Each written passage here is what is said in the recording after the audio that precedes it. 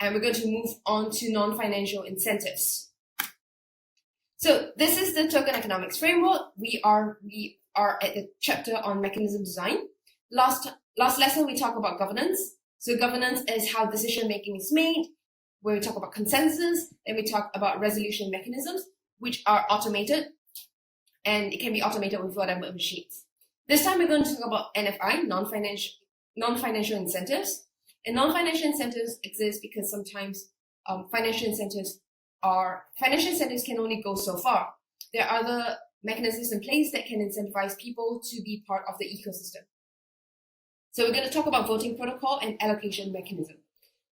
And when we talk about mechanism design, we are talking about both automated systems and non-automated systems.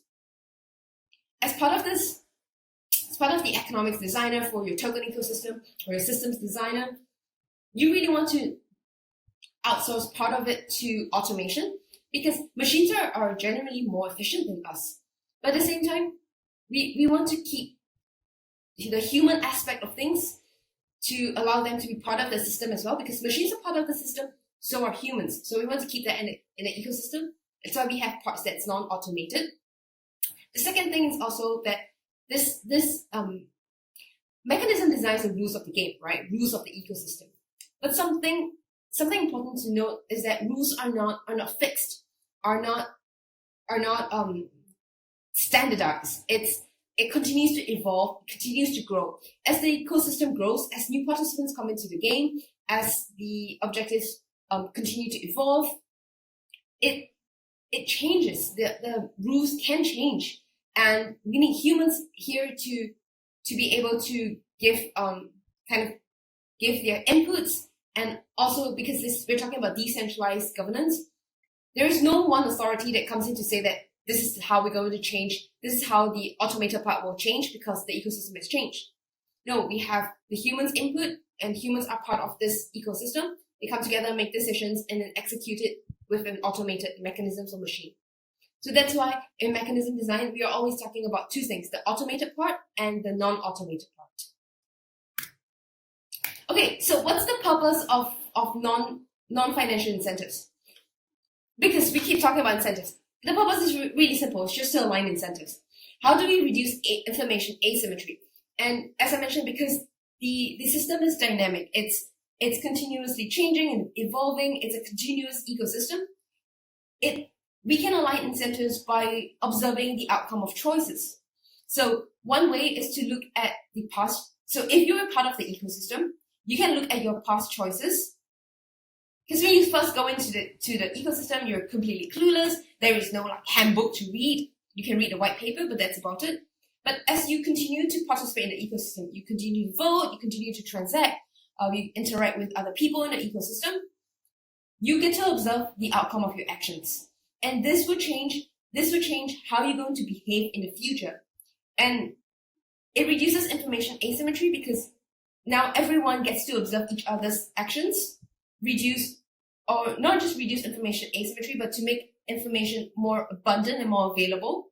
You can just track probably the ledger and the record of whatever that's going on, and you can observe the different outcomes available. So you can align the incentives towards what you want and what you want in the outcome of the ecosystem as a whole. So the reason why this exists is because why mechanism design exists is because the incompleteness of contract. And as I mentioned time and time again, so far, ecosystems are continuous, they're dynamic, they continuously change.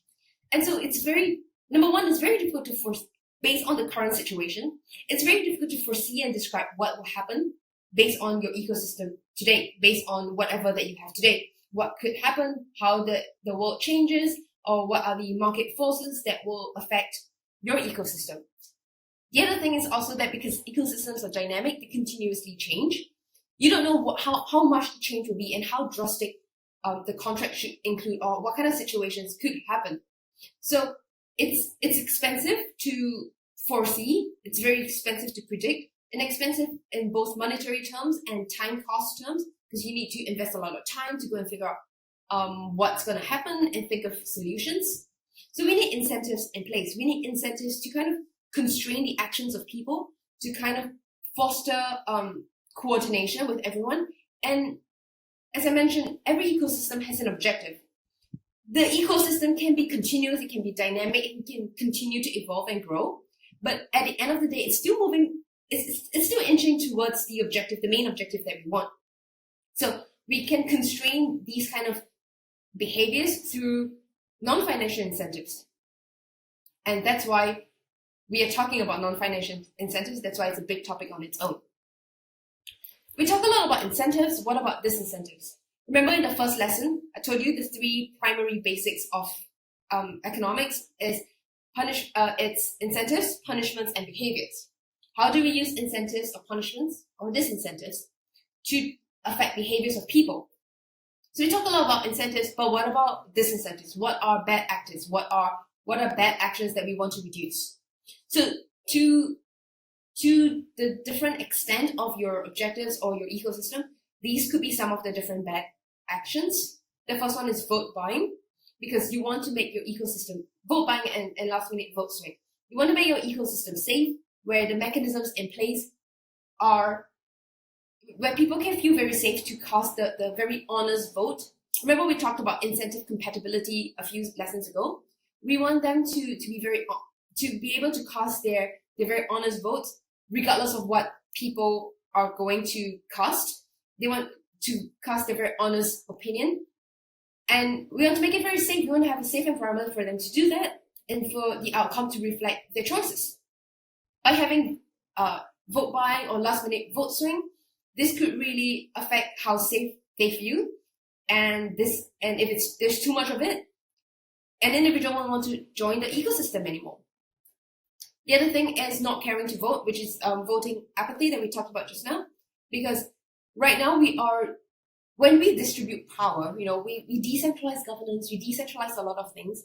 It's decentralizing power, which is good. Now power is spread to everyone. There is no one big wealthy person that can control everything. But with power comes responsibility. That means we are also distributing responsibility. And it's very difficult to be continuously governing an ecosystem in a very decentralized way when people just want the power part but not the responsibility part, and people don't want to vote. So that can be quite difficult or dangerous for an ecosystem when the ecosystem seeks to get everyone's input, but no one is interested to input into the decision-making system, and then you just complain. So that's not really a good action that you want to promote. Civil attacks is another one. Civil attack is where you have an individual that has like a big player. And if, let's say we're talking about one person, one vote, a big player can only have one vote. What he can do is probably split his identity into 10 different smaller identities. And now with one person, one vote, initially he has just one vote, but he's a big player. He can split them into 10 small identities, and now he has 10 votes. So civil attack is where a big player can split himself into smaller identities to have an outcome or impact on the different votes. And lastly, colluding. So in game theory, we talk a lot about game theory, and mechanism design is a lot of part of game theory as well. And in game theory, we talk a lot about non-cooperative game theory. So in general, people don't cooperate with each other because they are selfish, and they naturally, they're just selfish and they want to do whatever that's best for them. But sometimes when we have a lot of repeated games where they continue to interact with each other, and as I mentioned in here, we have to observe the outcomes and choices of other people. So maybe we start to observe choices of another individual, and we realize, hey, this person seems to be doing what I want to do as well. What if we collude? What if we cooperate? And what if we come together and collude to make a lot of money, to pump up the ecosystem, then make a lot of money and then dump the ecosystem? So these are bad actions that you really want to reduce with your mechanism design.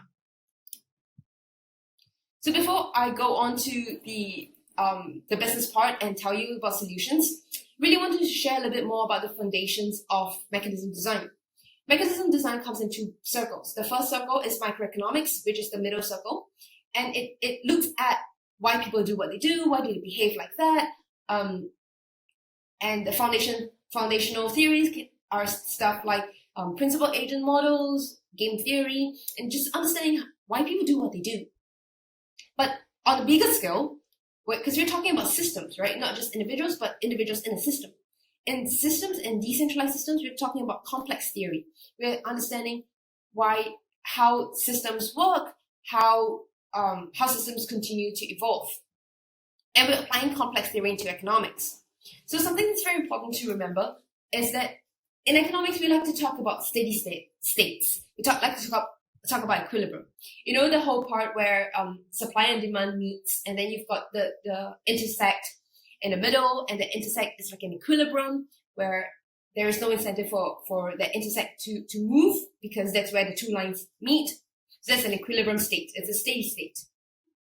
In economics, we use a lot of statistical math to figure out what the equilibrium is and to get the steady state. And the thing about mechanism design when we're applying complex theory to economics is that there is no such thing as a steady state, because systems are complex, systems continuously evolve, systems are dynamic, systems are continuous, systems continuously change based on the new information they take in, based on reduction of information asymmetry, based on observing past behaviors, based on adapting to new information. They continuously change. So when we talk about mechanism design, there is no steady state. There is no equilibrium. It's very difficult to use mathematics to find an equilibrium, because there is none. It continuously changes. And as people interact more with each other, they transact with each other, they observe past behaviors, they get more information and they adapt, because these systems are not just machines, but they are humans in this system, and humans learn, machines also learn, and it changes how the system will evolve. So this is something that to bear in mind. You know, as much as we want to say that we want to create a steady state of mechanism design, or we want to create the best solution ever, this doesn't exist because it continuously evolves. So the solutions that I'm going to present or I'm going to share, they are specific solutions on their own. And what you can do is to combine them together, or you can just take them as foundational principles and then change them as your ecosystem evolves, or change them as your objective of the ecosystem evolves. So there's something good to bear in mind, that everything you do, everything that you design is not always fixed. It changes, it evolves, just like your ecosystem.